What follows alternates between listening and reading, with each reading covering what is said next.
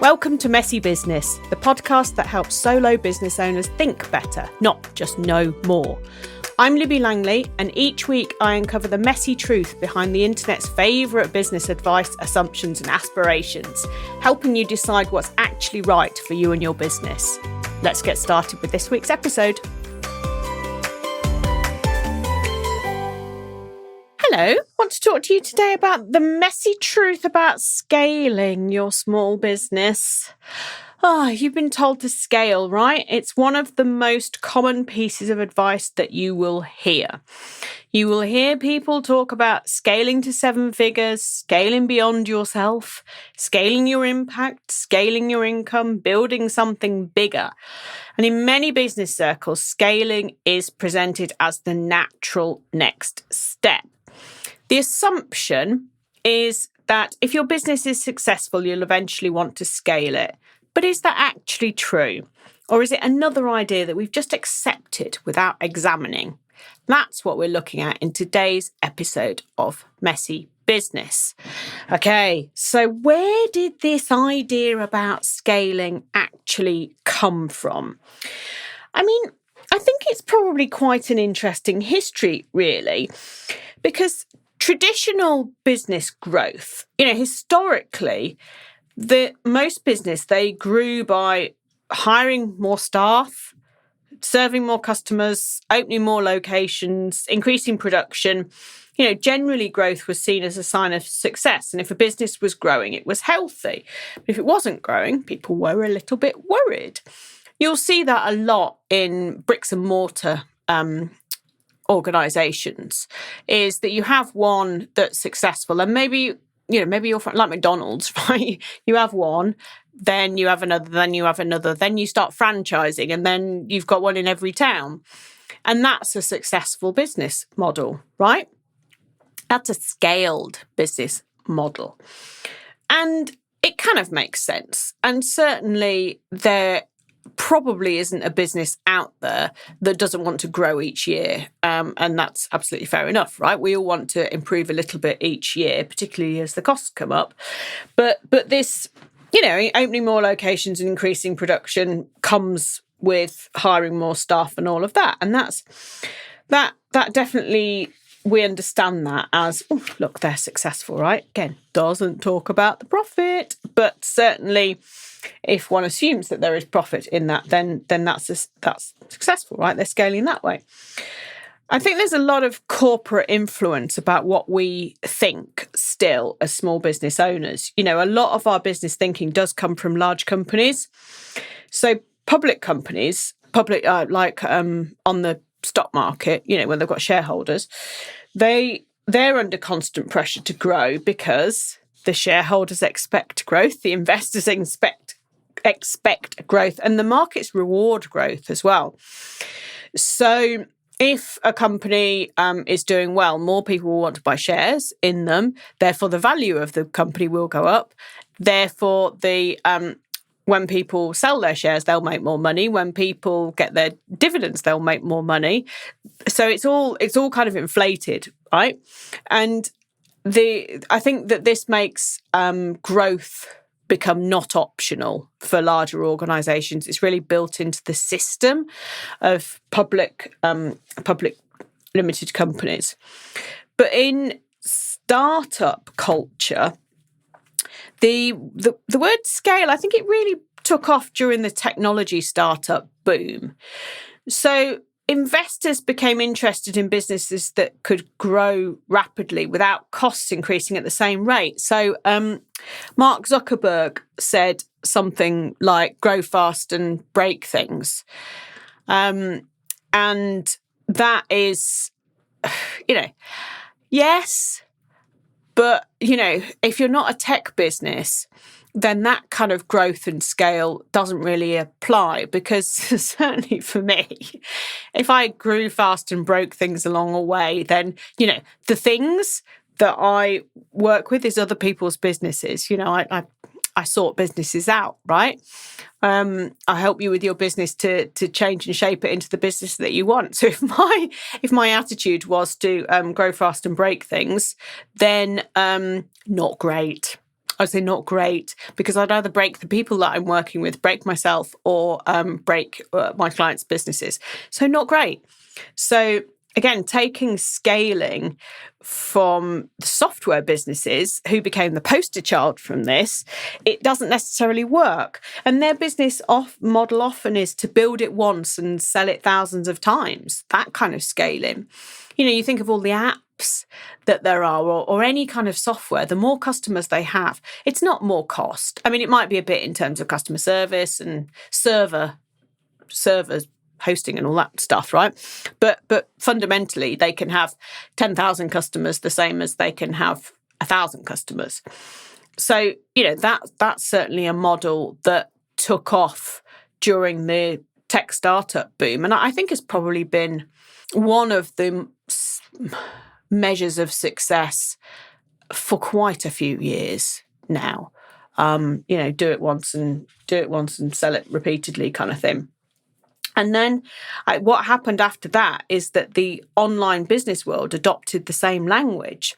So I don't know when you noticed this happening, but certainly I think really it's been rife in the last 10 years, maybe 12, 13, something like that. But since COVID, honestly, 2020 is when this it went bananas. Okay. That's when the online business world went absolutely scaling berserk, and based on nothing, just based on like somebody saying something once and everybody else going, yes, I must scale. Yes, I must scale. It's, it's just reminded me of a really horrible experience I had actually back in, that might have been 2020, when I got a bit too sucked into this. And having run online programs lots of times before, first one was back in 2013. So I wasn't even new to this.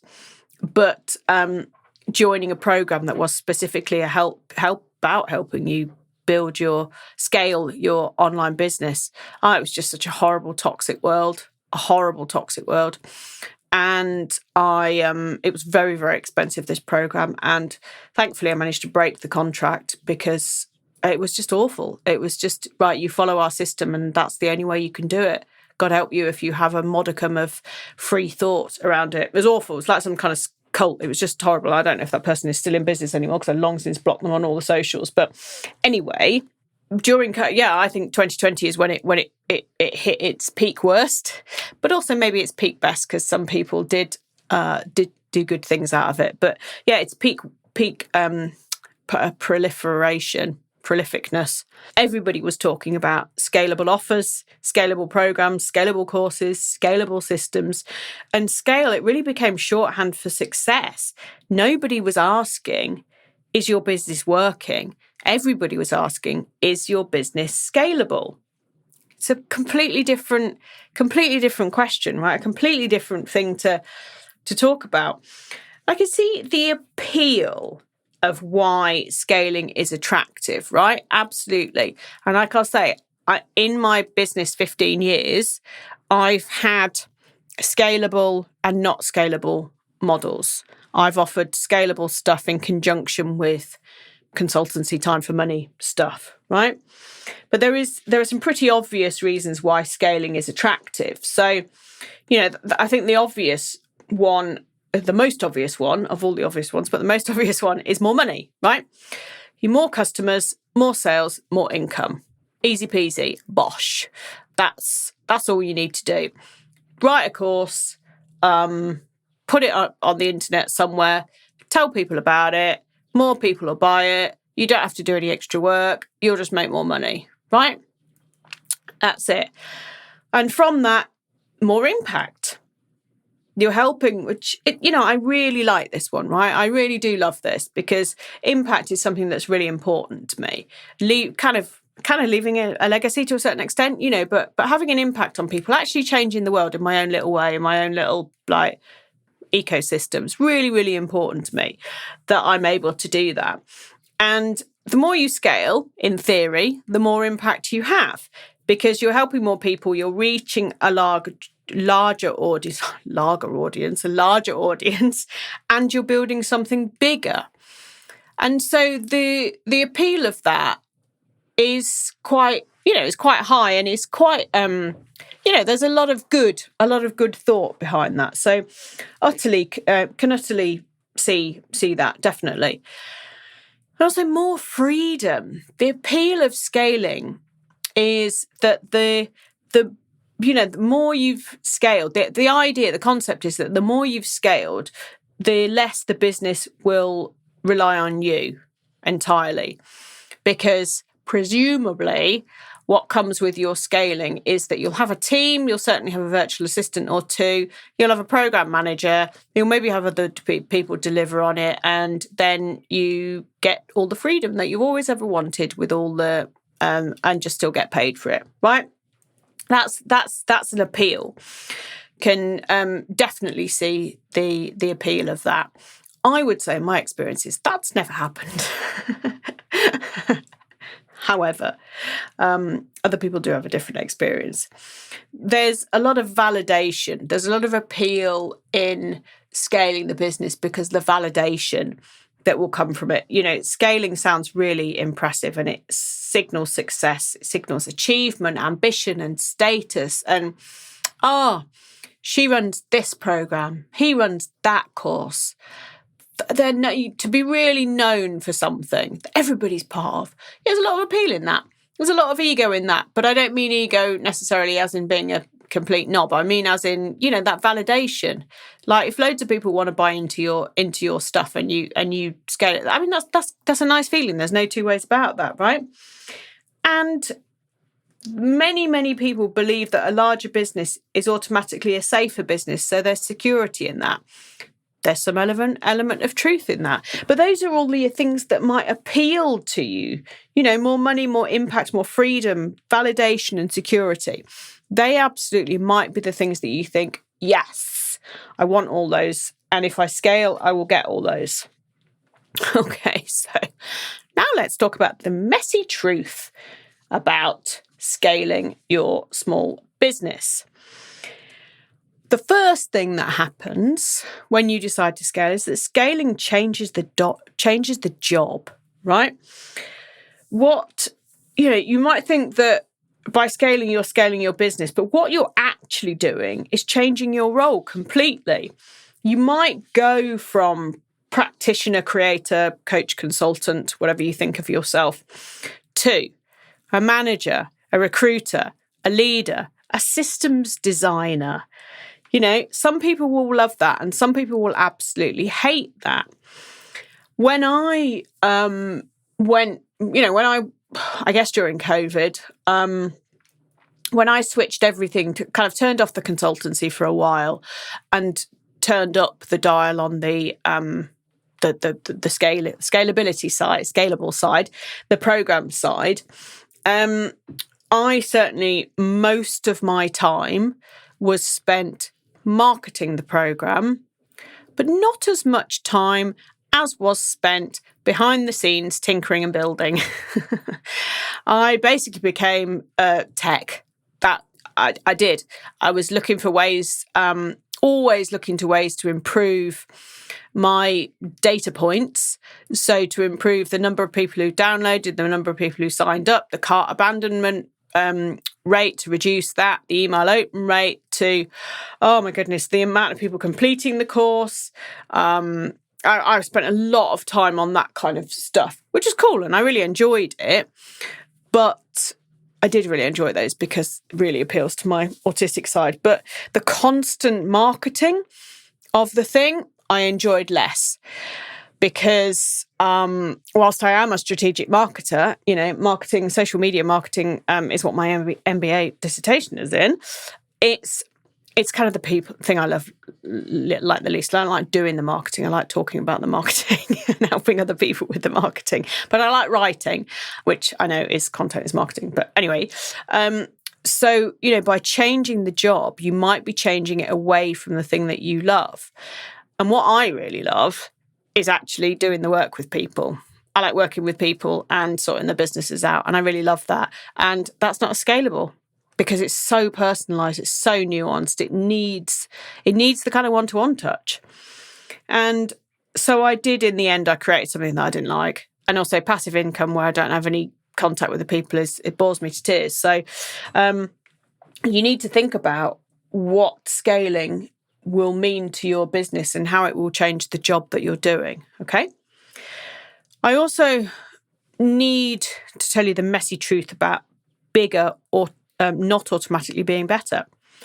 A larger business can bring lots of things with it, like more complexity, more moving parts, more responsibility, more risk, a whole heap more risk, more admin, and more people problems. Because if you're employing people, you do become a manager. You do need to be responsible for them. You do need to think about other things like other people's welfare and how they're managing their day. And if they work remotely, are they all right? When it's just you on your own, you don't need to think about any of those things. You can just bumble along in your own sweet bubble, and that's fine. Those things, none of these things are necessarily bad things, right? At all. More complexity, responsibility, risk, admin, people, not necessarily a bad thing, but they're different things and they're real things that need to be considered if you are saying, I'm going to scale my business. It's like, all right, what's that actually mean in reality? And you can find that scaling will solve one problem but create another. So you might gain revenue, right? Lovely revenue. We love revenue. We want more revenue. But you might trade that. So you might lose simplicity, flexibility, autonomy. And you've got to think really carefully about what you actually want in your business. Because what you actually want might be different than the path that you're going down. Was for me in my business when I first started. And, I think really the scaling of 2020 was just it was really interesting and I learned an awful lot from it, but it's not the business model that I like the most. And, sometimes you've got to experience these things in order to know whether you want them or not. But this whole episode is about you thinking about the things before you start doing the things, right? And I'm never going to tell you don't scale your business. Absolutely never. Because if you made the conscious choice to do that whilst knowing everything that it involves, great, go for it. I'll be your biggest champion and I'll support you to do it, right, as well. But it is also true that some businesses are better small. And I don't think people really talk about that much. I mean, I've talked about it a lot over the years on this podcast. And there's that really good book, Company of One, by what's the guy's name? Paul Jarvis is a really great book, and it's an ethos that I've been talking about for years as well. That small businesses, they can be really, really profitable, right? Super profitable. It can be that almost everything that comes in is profit. Absolutely, because there are far fewer moving parts, and that can make it a lot less stressful and more enjoyable. Perhaps limits the income a bit. But, if you know what you need to earn and what you want to earn, then that kind of could be okay too, right? Small business can be much, much more agile as well. You can respond to interesting things if you want to and do those, and little side projects and side quests and stuff can be more sustainable because if there are fewer moving parts, there's less to go wrong. If you change your mind or want to tweak things slightly, it doesn't mean 43 different board meetings in order to do it. And certainly you can be more impactful because you have more time to think about the impact that you're making, I think. And so a small business can be all of those things without ever needing to scale significantly.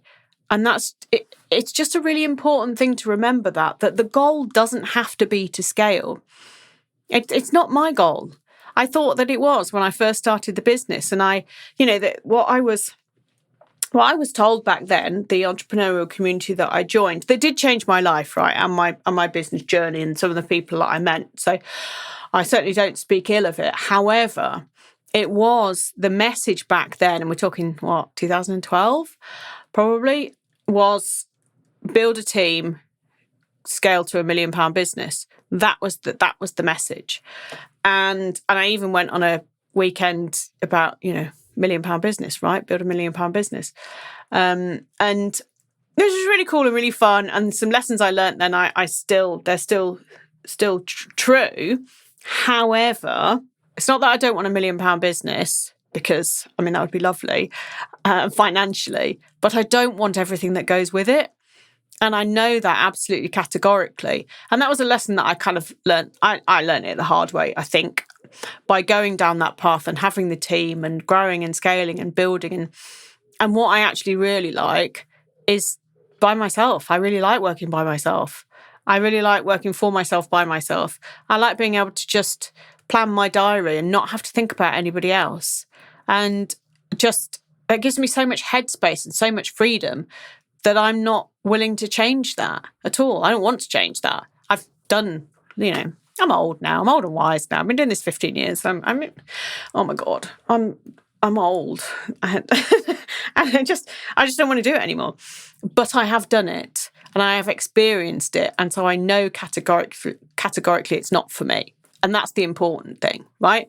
But I think the deliberate simplification of Libby and of my business, it's certainly not because I failed at any of the things that I tried. It's because that I learned something. I learned a lot.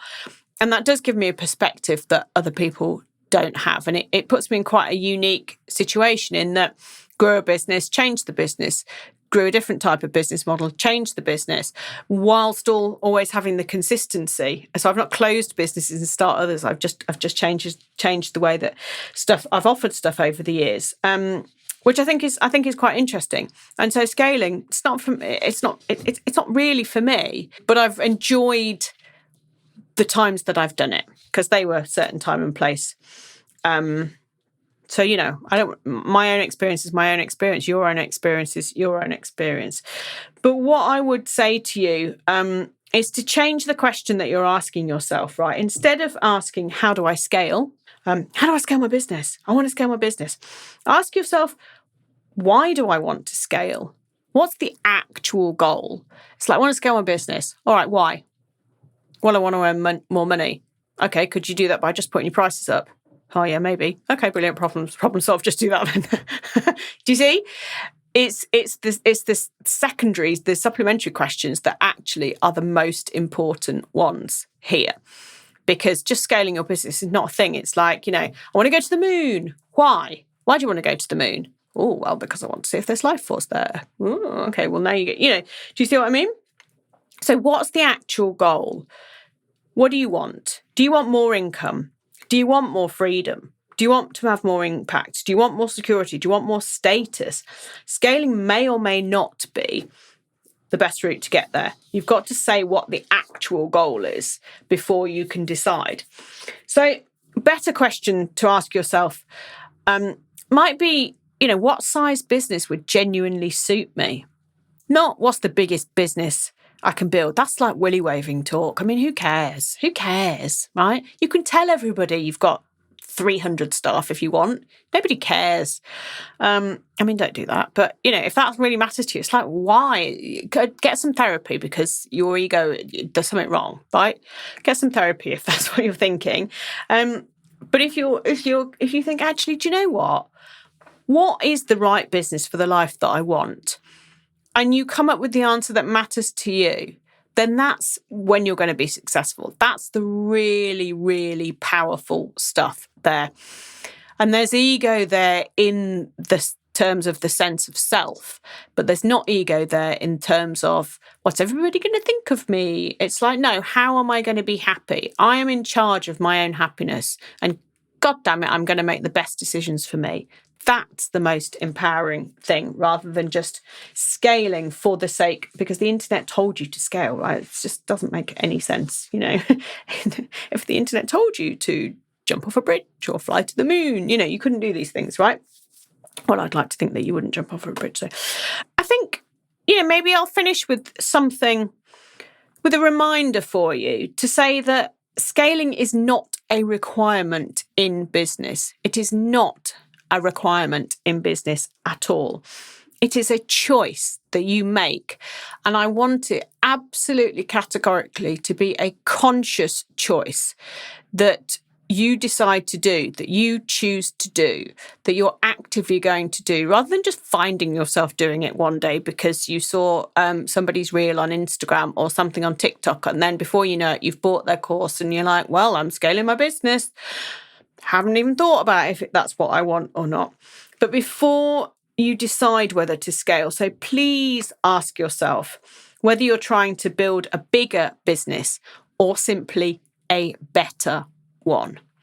And if the answer is the latter, if you want a better business, then decide what that means to you and adjust it accordingly, right?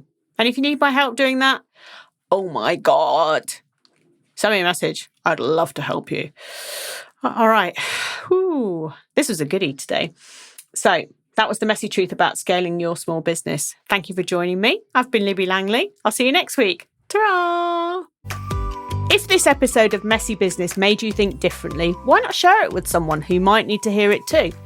And if you're enjoying the show, make sure you're following wherever you listen to podcasts so you don't miss future episodes. Until next time, remember, change how you work, not who you are.